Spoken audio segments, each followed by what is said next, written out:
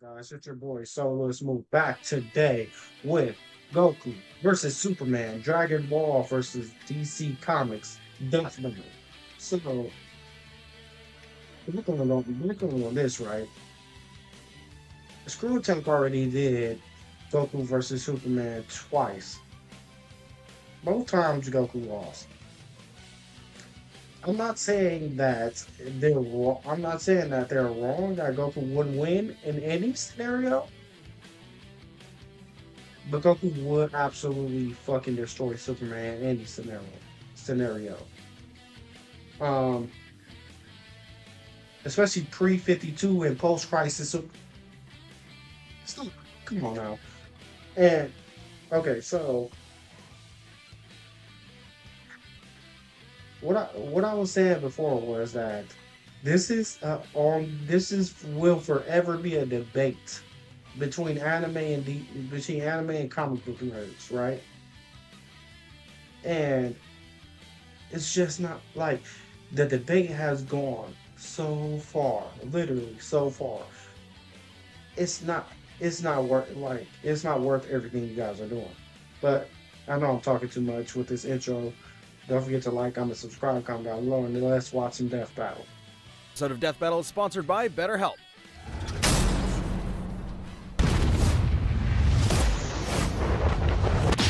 Oh, he's not. Oh, okay. Son Goku, Superman. It's time to answer the ultimate question, and we're taking it all into play. We're examining Superman's extensive mainline comic book canon. Given Dragon Ball Super's contentious continuities, we'll include all three, just to be thorough, plus Dragon Ball Heroes. He's Wiz and I'm Boomstick. And it's our job to analyze their weapons, armor, and skills to find out who would win a death battle. Far away, in an enchanted land, an old master found a boy and marveled at his uncommon strength. This is the story of Son Goku. Chances are, if you've watched some localized anime, you can thank this guy. Inspired by martial arts films and his wife's interest in Chinese culture.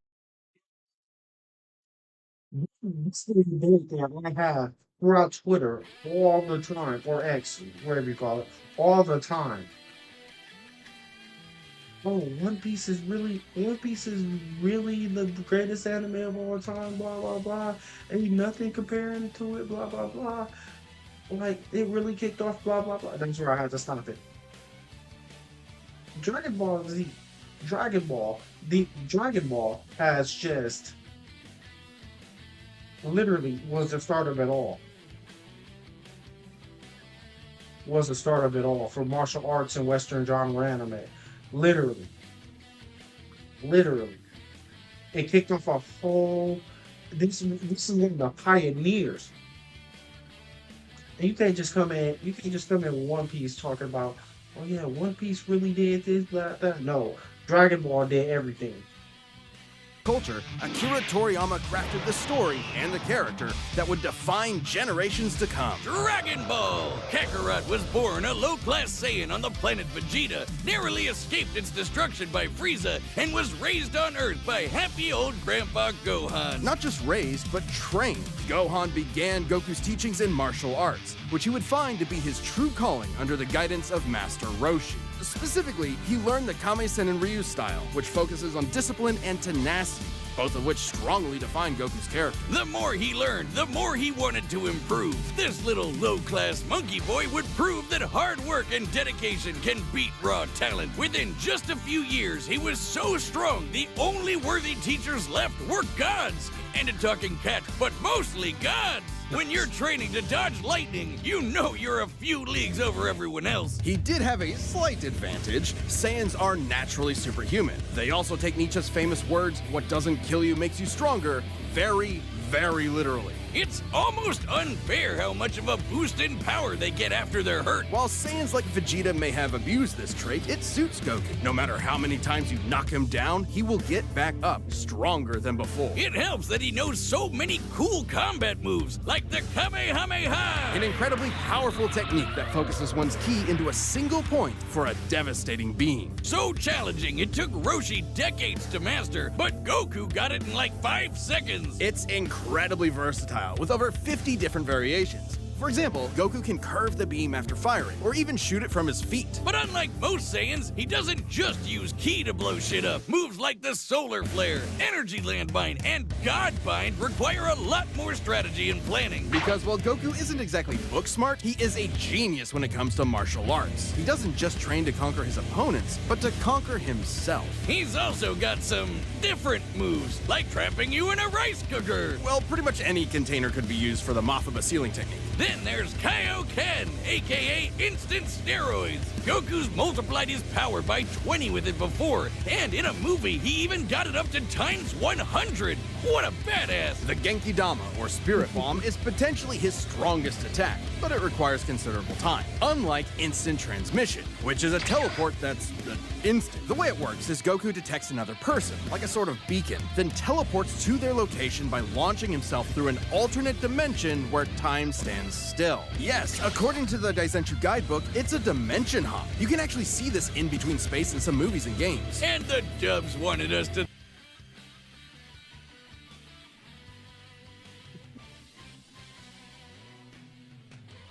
Yeah, yeah, this pretty accurate so far. Think it shot Goku's molecules around at light speed. Silly English. The dubs did more than that. In fact, early dubs of Dragon Ball Z tried to rewrite Goku as a Superman figure. Even his famous speech on Namek about being the light in the darkness was originally about him coming to terms with his Saiyan heritage, accepting his anger and pride, avenging his people by defeating Frieza, and declaring himself the Super Saiyan. Hell yeah! If there's any scene that deserves the word epic, it's when he went gold. Super Saiyan and its sequels all have official power multipliers, but they threw us for a loop by turning Goku into a god. Super Saiyan God certainly changed things up. Goku gained Divine Ki, a pure form of Ki unspoiled by mortal hands. Unlike normal Ki, it can't be detected and appears to have healing properties. Kinda like Senzu beans. Did you know one Senzu has so much healing juice it can regenerate a person's lost limbs? They're missing out. God Goku reached a level of power that could compete with the greatest of deities, nearly shattering the whole universe with a single clash on his first go. Dragon Ball's cosmology is unique. This model is said to be an accurate depiction of Universe 7, but there's a wrinkle there. When all of humanity went to heaven, Because Boo went berserk. Videl commented that heaven is just as large as a universe, and the Daizenshuu backs her up. And, that's heaven. Big planet. So let's scale things up with that in mind. Doing so would make Universe 7 over 1,500 times larger than our own observable universe. And Goku could destroy that much the first time he went God. And he didn't lose that power. He learned how to use it even better, even in base form. Now, imagine how much stronger he became when he stacked Super Saiyan on Super Saiyan God and became Super Saiyan Blue. Super Saiyan God, Super Saiyan. Yeah, not saying that. Or after he trained with some almighty angels. Or when he perfected the blue hairdo and stacked Kaioken on top of that. Goku has certainly performed great feats with God Ki, breaking through Hit's time stop by forcing himself into the future, holding off Infinite Zamasu, who was a sentient timeline, defeating Jiren, who shook the entire world of Void by just walking. He even tried out Hakai, the destruction god move that nopes you out of existence. Your being and your soul erased from all of time and space. Culminating in his greatest form, Ultra Instinct. Chrome Goku isn't a normal transformation, it's a state of mind. Ultra Instinct is the highest peak of So, here's the thing with that, right? Ultra Instinct is it was something different. You know, we got Super Saiyan God, and I was just like, okay, like what? Then we got Super Saiyan God, Super Saiyan, which was like, what the fuck? But this was something completely different. This was just Ultra Instinct, like damn, it's really like that. And I was just like, oh my, I was hyped for it. I mean, really hyped. Man, martial arts, subconsciously making optimal choices because you're in the zone. doing without thinking. Something Goku has always been trained to do. Technically, it can be used in any form, but when perfected, Autonomous Ultra Instinct makes you untouchable. No matter what comes his way, Goku will automatically dodge, block, and counter to the best of his ability, even pushing his body well beyond his physical limits. So far beyond, in fact, Ultra Instinct can summon a massive avatar to defend him when his own body can't. That sounds really intense. It is, which is why he's developed incremental versions of it for specific uses. It's extremely difficult to maintain the full form for long. Until you get to Dragon Ball Heroes, aka Dragon Ball fanfiction gone Kaioken times 1,000. While technically a different continuity, CC Goku is functionally a stand-in for the mainline Goku. His history and powers are the same, making his story just as much of a what-if scenario as the multiple super continuities. The only real difference is Toriyama's not really involved. This Goku used instant transmission to teleport through time and dimensions. He outsped a god who could see the future. He defeated Dark King Fu, who was gonna rewrite the entire universe. Hell, this series even makes GT cool. Xeno Goku can break space-time just by going Super Saiyan 4. Looking back at that goofy monkey boy chopping wood and punching dinosaurs, it's almost overwhelming to think about how far Goku has come, how much he's had to face. But no matter the challenge, he takes it head-on and pushes through. Showing everyone, everywhere, how to go even further beyond. Here's one thing you need to do before you buy anything online. Don't spend another dime on Amazon until you watch this first. Yeah, not watching. Faster than a speeding bullet.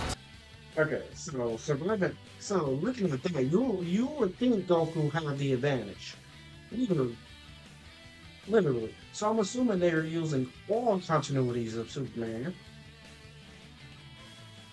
Whatever. Let's see what happens. More powerful than a locomotive. It's a bird. It's a plane. It's Superman. Geez, just a locomotive? People in the 40s needed bigger imaginations. Born on the far-off world of Krypton, the infant Kal-El was sent to Earth by his parents, narrowly escaping Krypton's destruction. Raised by farmers as Clark Kent, he eventually became Superman, champion of the oppressed, the man of tomorrow. If you've only seen the movies, forget him. Comic book Clark's not the perfect Boy Scout, and he's definitely not Jesus. Wait, weren't the guys who made him Jewish? Jerry Siegel and Joe Shuster were sons of Jewish immigrants and grew up in a time when anti-Semitism went largely unchallenged. And then that ugly mustache showed up. Understandably seeking escape from some truly terrifying horrors, the pair created Superman to be a simple solution to overwhelming problems. A hero who could defeat any evil by just punching it. Hell yeah, that's how I live my life. After almost 9 decades, Superman has been many things. At the core, his story is one of a refugee, a child who lost his home, left to the mercy of alien people. This new world accepted him, raised him, gave him a new home, because helping others in need is the right thing to do. That's why he became a superhero, the first superhero. Everything's gotta start somewhere, but he was the first one to really take off. I mean, not literally. It took a while, actually, before he learned how to fly. In fact, when Clark discovered his Kryptonian heritage, he struggled to accept it and subconsciously developed mental blocks, severing him from his true power, which he would uncover throughout his life. He's strong enough to shoulder press the weight of the Earth for 5 days straight, or crush coal into perfectly cut diamond. That's not how that works. He's fast enough to reach the edge of the universe in seconds, or even break the bonds of infinity. Wait, he can do all that, but Batman can punch him out? Really?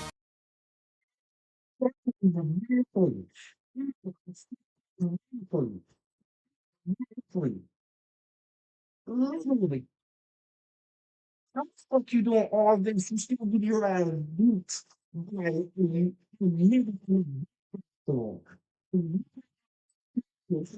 costume. You're probably thinking of Elseworld stories outside main canon. Fuck that. Yeah, but main canon too. It's no Elseworld.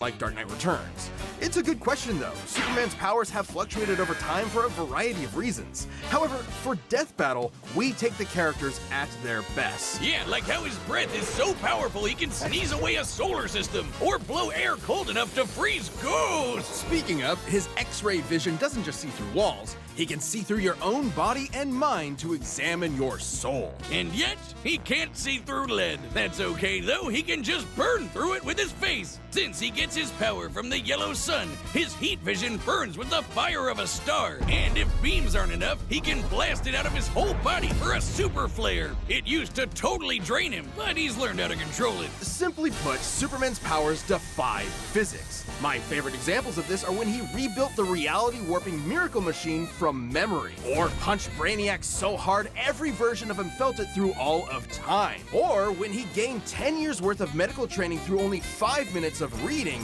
and then successfully performed lung surgery. Nice. My favorite example is when he smelled brownies in North Dakota from orbit. Even beyond his powers, Superman is no novice when it comes to the intricacies of battle. He's trained in Kryptonian martial arts, which uses chi, or as they call it, Shriar. He even got summoned to Asgard to fight demons with Thor for 1,000 years. Superman can resist being erased from existence, such as tanking Darkseid's Omega Beams. Even Retcon and the Time Trapper, both of which hijack and alter timelines, can't touch him. Not because of his powerful mental defenses or healing factor, but because he's a cosmic linchpin in the greater metaverse. Timelines literally revolve around him. But let's address the S-shaped elephant in the room. You may have noticed we've covered a variety of Superman eras. Superman, and DC Comics as a whole, have gone through multiple retcons. Golden Age, Silver Age, Pre-Crisis, Post-Crisis, New 52, Rebirth, and so on. It would help to know which one is the main Superman, right? Well, they all are. Yeah, the latest reboots. So how the fuck is all Superman the main one? You just said it's like you said you're thinking of Ghost for Superman. Is he not the main one too? It's basically said everything in the main series is kind of canon, even when he had wacky powers like changing his appearance with a super muscular control. Ew.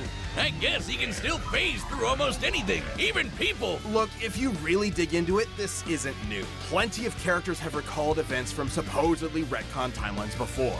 Yeah, post-crisis Supes did start as less powerful than in pre-crisis, but that was because of the mental blocks. Though he's not a complete composite, there's so many other Supermen out there. Future Superman, Big Robot Superman, Commie Superman, Dinosaur Superman. There's a bunch. Still, this new canon has affected his abilities. For example, he and other Kryptonians can effortlessly travel through time. And while Superman's powers stem from the Earth's yellow sun, exposure to a blue star increases them even further. In fact, upon visiting a white star, he attained a whole new level of power. When that old baldy Lex teleported him to another galaxy, Superman just popped back up, saying space-time has lost its meaning for him. He really just said that. Remember, Superman defies physics. Like when he used heat vision to restart the universe by making an all-new Big Bang. We've seen that his universe has a radius of at least 100 trillion light years, but we can calculate a more exact figure. The DC universe is 15 billion years old and expands at 60 trillion light years per half second. This means its radius must be over 50 nonillion light years across. What? That's 31 zeros, and Supes helped make that happen. Well, about 1/5 of it. That's still immense power, but if you want something bigger, here's the Anti-Monitor blasting Golden Age Superman with all the energy of the antimatter universe. And then Superman, punched him so hard it kickstarted another one of those reboots. Now, Superman does have weaknesses. There's kryptonite, of course, and exposure to red starlight can fade his powers over time. Not all at once. He has been able to move planets around while under a red star, so... And everyone knows Superman can't deal with magic, but it's more accurate to say he doesn't have any special resistances to it. He's defeated plenty of magic users before, even Shazam. Superman challenges the idea that absolute power corrupts absolutely. He's the goodest good guy of them all, but there is nuance to being good, even if he is the ultimate power fantasy, unstoppable and incorruptible. Such as when he took on the World Forger, one of the most powerful reality shapers in all of creation. Who was in the 6th dimension, crafting a whole new multiverse to replace the one Clark calls home. Who's gonna stop him? Superman could, and the Forger knew it. So he was trapped on a world with a sun so distant he could never escape. Or so the Forger thought. Instead, Clark found the strength he needed to fly at that sun, dip through a ton of stars, KO the World Forger, and shatter his new multiverse with a single punch. Because that's Superman, a simple solution to overwhelming problems. He's the kind of person to save a cat from a tree, answer Christmas cards from strangers, and tow hundreds of planets to a new galaxy all in the same day.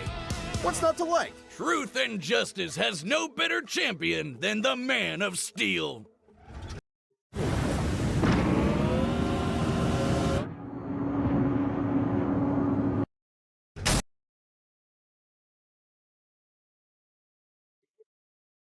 We know in Death Battle, right?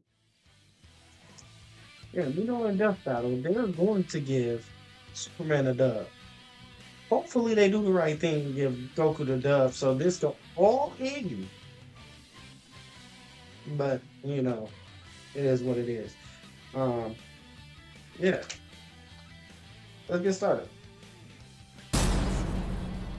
This episode of Death Battle is sponsored by BetterHelp. Wiz, it's getting to be the holiday season again, and I just know Mama So, yourself therapy. are no joke. If you're It's super get mad no your first Death Battle. All right, the combatants are set. We've run the data through all possibilities. It's time for a death battle!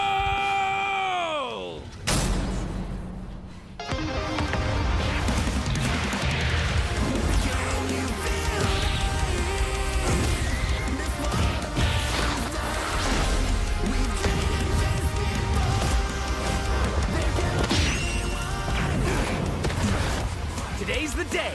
We'll finally settle who's stronger. If you say so.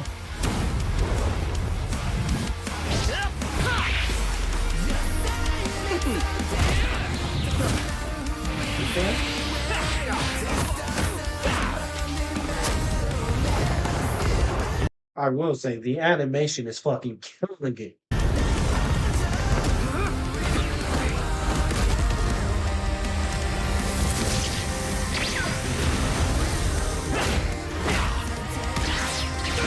You're holding back.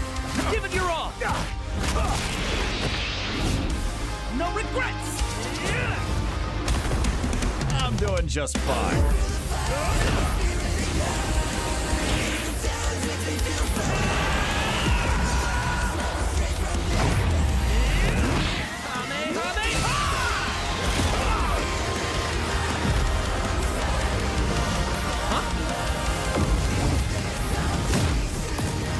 This way really be going crazy.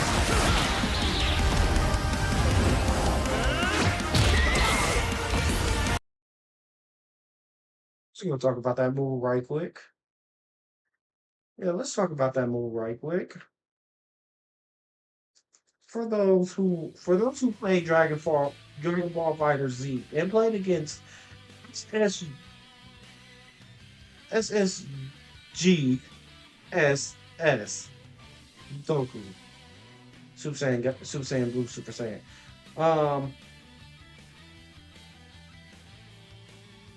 Yeah. I fucking hated that move.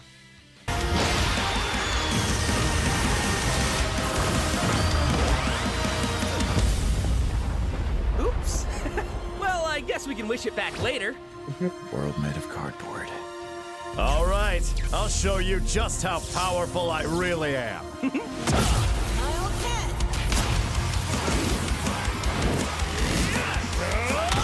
like a job for...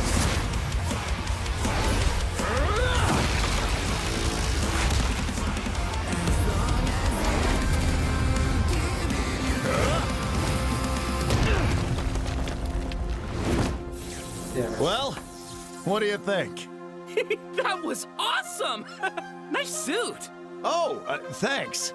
Kryptonian fabric. My mom made it for me.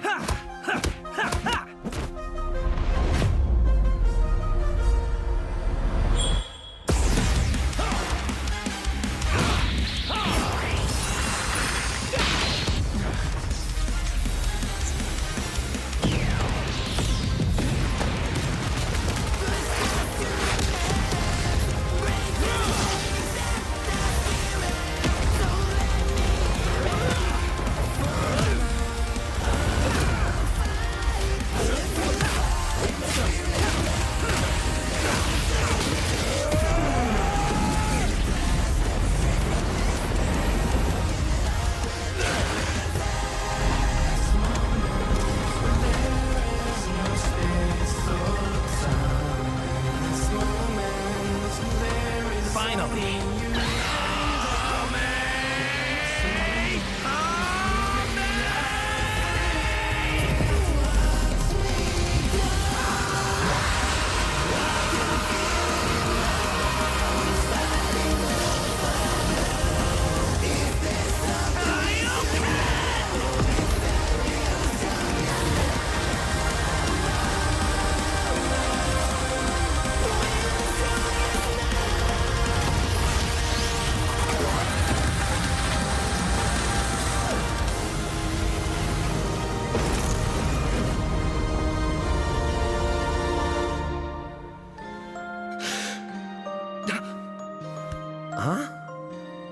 Ah, darn it. Almost had me there. That was actually pretty fun. Yeah, it sure was. But I'll be stronger next time. I look forward to it. Let's go again. You're on. We lost. I'm satisfied with that. I'm satisfied with that ending. KO! That's it! The final, indisputable answer! Who am I kidding? People are gonna argue this one forever. There are so many ways this battle could go, especially with all the other continuities. Yeah, for real, Goku would kick almost every other Superman's ass, except for the main one. There's a lot What you saying? The main Superman is the main continuity. What's up? to cover, so let's address the 5 categories most representative of this fight.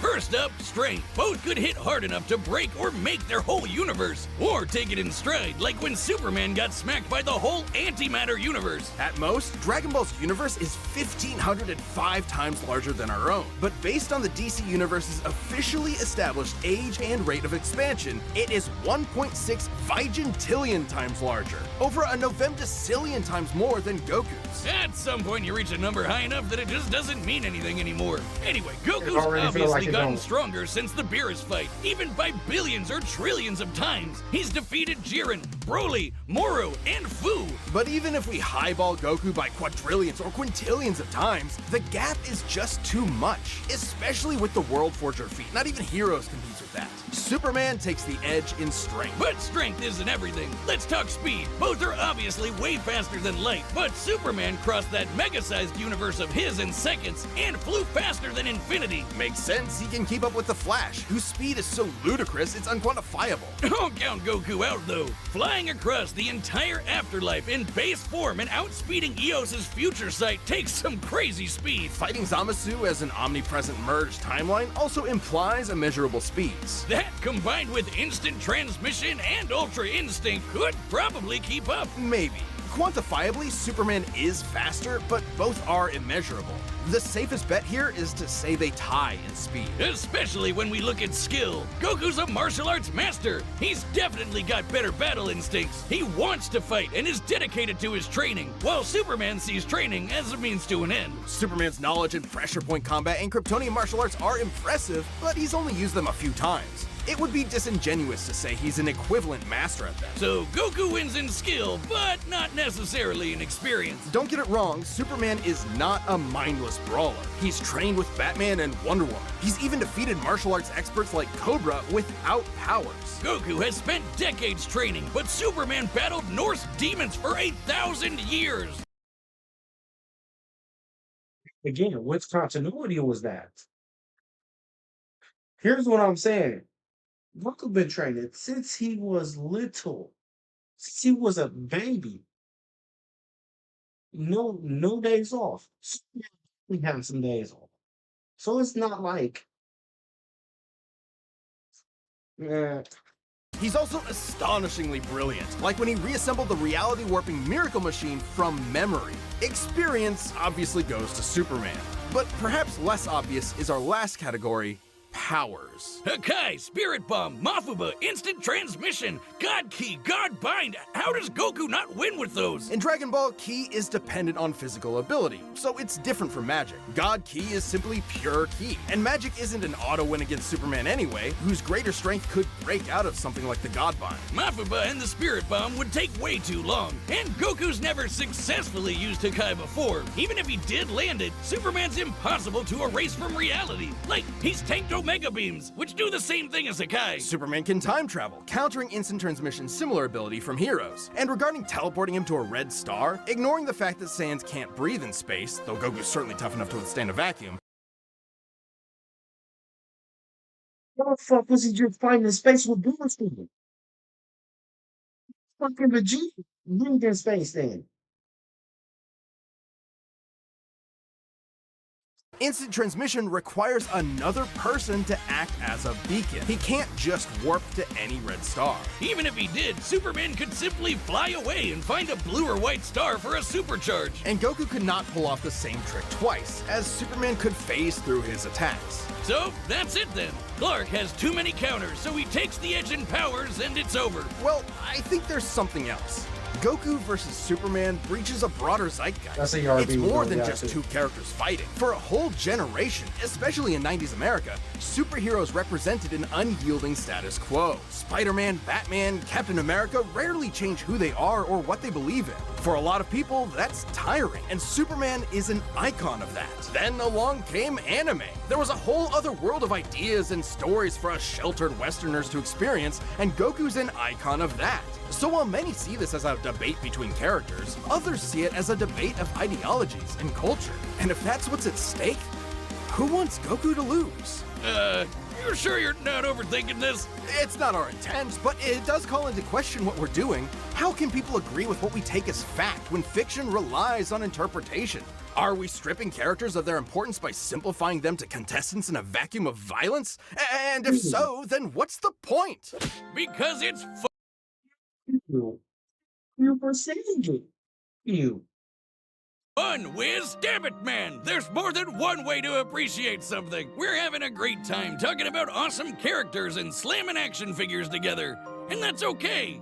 Yeah, you're right. I'm just saying, no matter who you prefer, that battle was super, man. That's the worst pun. What? It fits them both. It's so lame. I don't see you doing any better. I do the math, the pun's your job. Well, maybe if you math as good as I punned, then Goku would have won. What is wrong with you?